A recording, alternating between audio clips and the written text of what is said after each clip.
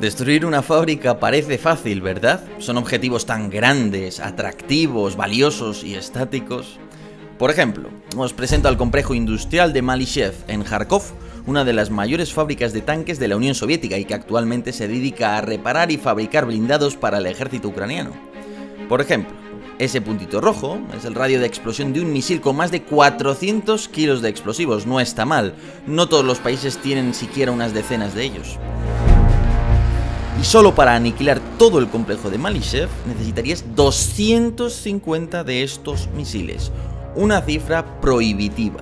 Claro, pensad que los países europeos, por ejemplo como España, tenemos 40 misiles de largo alcance en nuestro arsenal. Pensad que las potencias europeas pueden tener unos cientos, 1000 misiles, una cosa así como mucho, y Rusia lo que tiene son 3000 misiles que ha podido lanzar hasta ahora, 4000 tirándolo por lo alto. Es decir, realmente no tienes tantos misiles. ¿Y a dónde quiero llegar?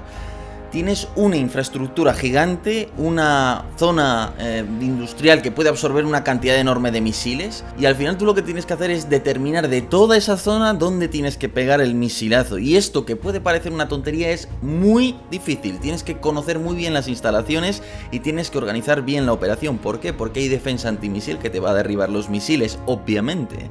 Así que de eso vamos a hablar hoy, del ataque contra una de las principales fábricas de tanques de Ucrania por parte de los misiles rusos y dónde tienen que golpear. Nuestra historia comienza con un BTR-4 calcinado capturado por los rusos en el frente. Parece otro blindado más, pero cuando la inteligencia militar lo inspecciona observa que el vehículo parece de reciente fabricación. La soldadura está bien hecha, al contrario que el resto de BTR-4. El blindaje se ha engrosado con una nueva capa de acero y el cañón también es nuevo. ¡Qué raro! Además, los números de serie de la barcaza, el motor y la cámara termográfica han sido manipulados y ocultados. Claro, esto hace saltar todas las alarmas porque se había asumido que Kharkov no tenía capacidad de producción, que los ucranianos ya habían perdido esa habilidad. Pero al aparecer vehículos nuevos, lo que te está indicando es que efectivamente están fabricando cosas nuevas. Así que rápidamente a la VVS, a la Fuerza Aérea Rusa, se le encarga la misión de estudiar este complejo y determinar la mejor manera de atacarlo durante la próxima misilada. La fábrica de Malyshev es una vieja conocida de la inteligencia rusa. Se fundó en 1945 y es una de las grandes fábricas históricas de tanques de la Unión Soviética, si bien con la caída del muro empezó un lento proceso de decadencia. Los diseñadores rusos regresaron a su país, el gasto en defensa ucraniano se redujo hasta el mínimo y los pedidos del extranjero se limitaban a tanques ya fabricados o blindados sobre ruedas de lo más sencillos. De hecho, la saga BTR ha sido muy exportada por todo el mundo, por países como Irak, por países como Emiratos Árabes Unidos, es decir, ha tenido cierto éxito, pero se caracterizan por su mala calidad, especialmente en las soldaduras. Son soldaduras mal hechas por personal inexperto, insuficientes medios y preparación, que dan lugar a que el agua se filtre, a que luego eso afecta a los circuitos eléctricos y en fin, a que el vehículo tenga tantos problemas que incluso un ejército como el iraquí haya llegado a devolver pedidos de cientos de unidades debido a todo ello. No obstante, en una situación de guerra, nuevamente tú no necesitas el carro ideal. Y esto le pasaba, paréntesis, al T-34 en la Segunda Guerra Mundial. El T-34 era un mal carro cuando salió.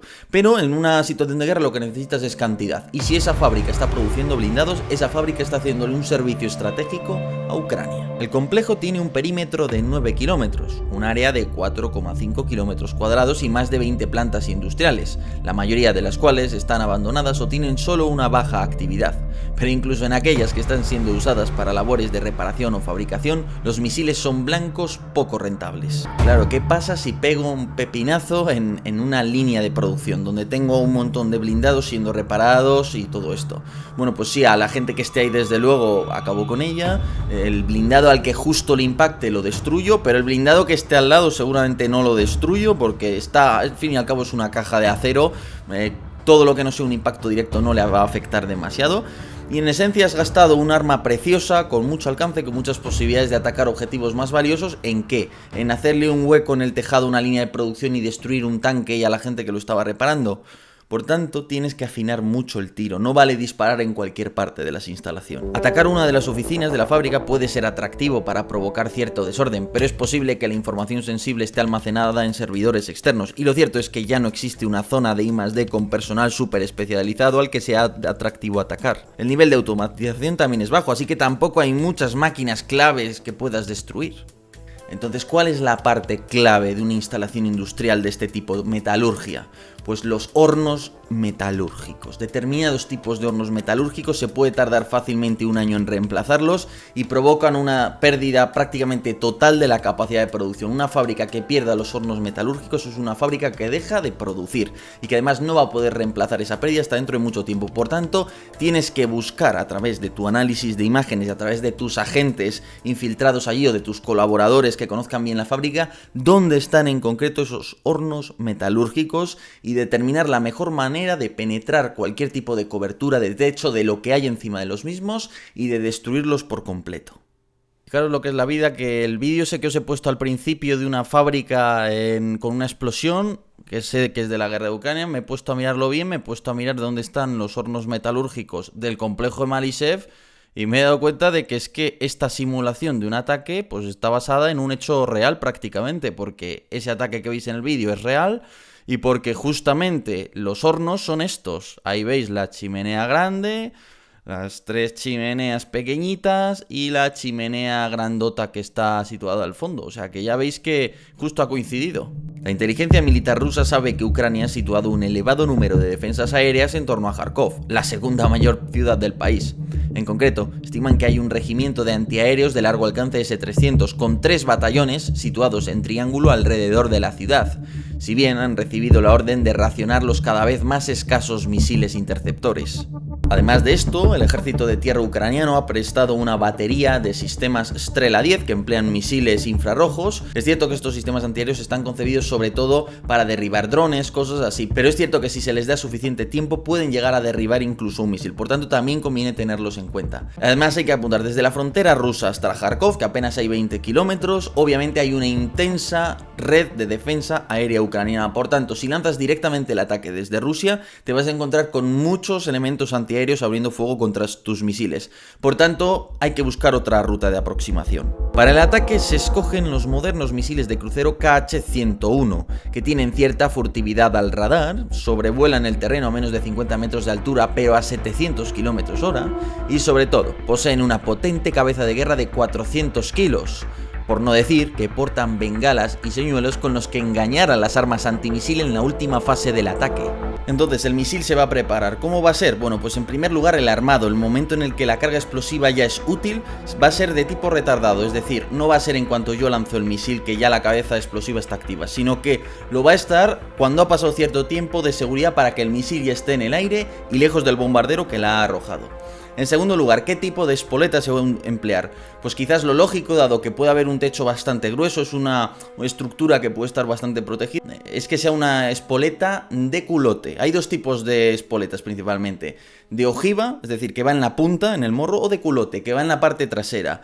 Cada una permite una actuación distinta. La que está en la zona frontal del misil, lo que me permite es que al impacto estalle, active la explosión, ¿verdad? De otro lado, las que son de culote lo que me van a permitir principalmente es utilizar la deceleración producida por el impacto, es decir, al impactar pierdo velocidad, lógicamente, y mido eso para determinar en qué momento debe estallar el misil. En este caso esto es lo ideal, puesto que probablemente hay un techo de hormigón bastante importante en la zona superior.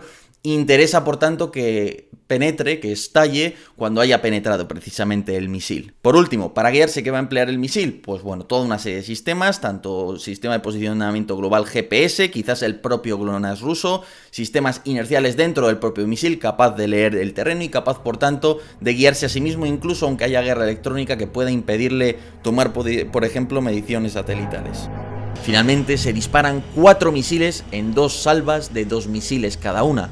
Todo ello mediante un bombardero Tupolev 55 que ha despegado de la base aérea de Engels. Como la vía de aproximación directa a Kharkov estaba fuertemente defendida, los misiles se programan para dar un gran rodeo.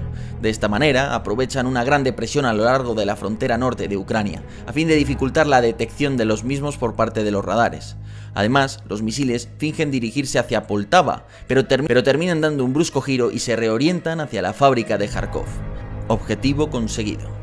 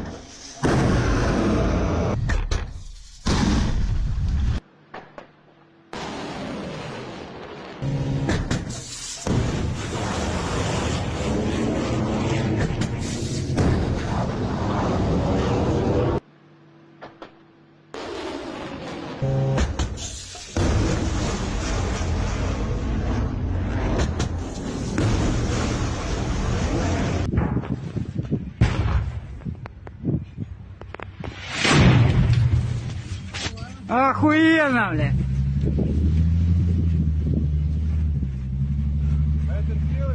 Да, бетер целый, бля.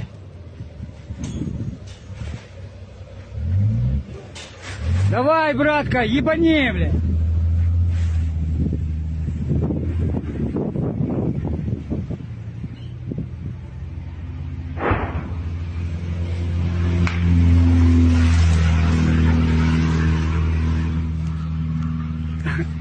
Братик заснял.